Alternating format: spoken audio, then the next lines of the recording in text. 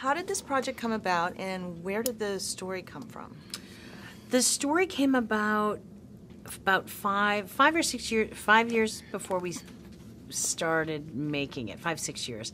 And Ben, my lovely husband, and the director came downstairs, still groggy, really sleepy, and said he had a dream about that I took a road trip with my grandmother, and he said, I think she's an alcoholic and she sleeps around, and I think I want to write it.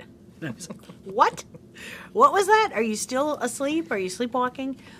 And, we sat and had coffee, and he couldn't remember much more than that, but it really, something about it struck him, and he just kept thinking about it. I said, I really want to write it, and we kept talking about it. And 2 days later, we were still talking about it, and 3 days later, we were kind of adding on to it, and the story kept growing and changing. Then we thought, and it starts in Southern Illinois, and then weeks and weeks later, we were still talking about it, and kind of the story of these women, and kind of getting that's never too late to get your life on track, and everything about it just kind of kept us going, and we loved the characters and the story more and more as we went. And 5 years later, we met with New Line and Warner Brothers, and they said, do you have anything you want to make? And we said, oh my God, yes, we actually do.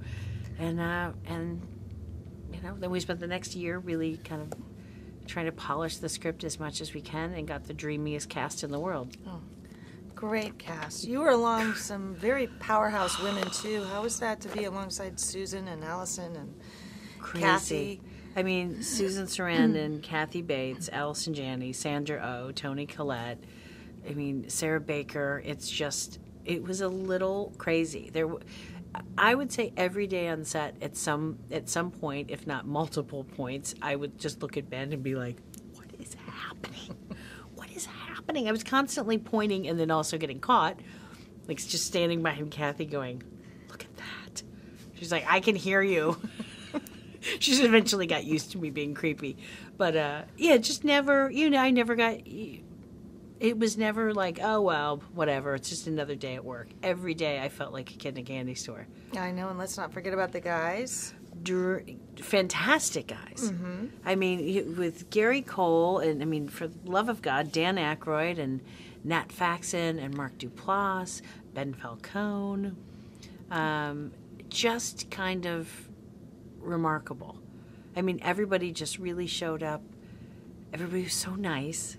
And then everybody's a great improviser, and it's just all weirdly, I don't think you can, I don't know, I don't even know if you can hope for things to go that well, but there's just something about chemistry that when it hits just right, everybody just seems to meld together, and everybody kind of felt like they'd known each other for a while. It just felt comfortable, and everybody, I think, Ben ran such a collaborative, kind of happy, fun set that I think everybody just felt totally free to try anything. You can't make a fool of yourself.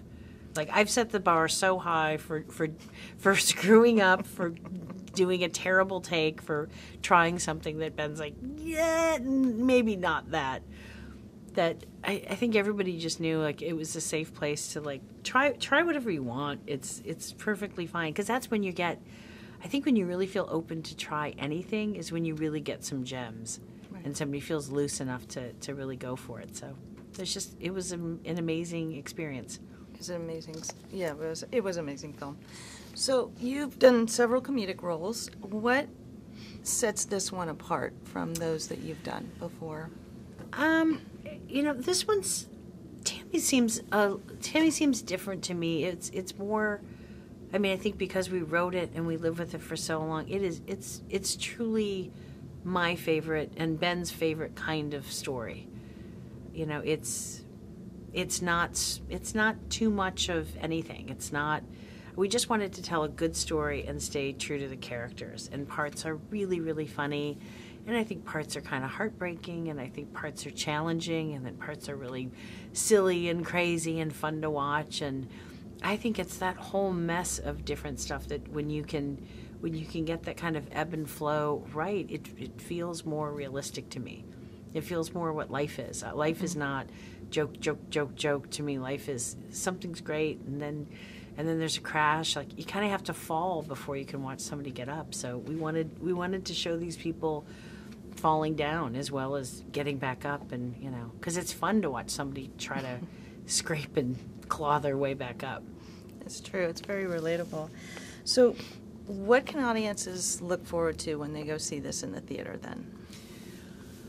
Well, I certainly think that audiences are gonna laugh a lot. I think it's a really, really funny movie. I mean, all these people made me laugh through the entire thing, even when I knew it was coming out of their mouths, and sometimes I did not because there's a lot of improvising. I think you're gonna laugh, and I think you're really gonna kind of love these characters. I think they'll win you over, and I think the story is something you can really root for, and I think it's my favorite kind of comedy when you kind of really root for the people to, like, come on, you can do it, and you can really get behind them. I think you'll just go in for an hour and a half and feel really good when you come out. That's not a bad thing.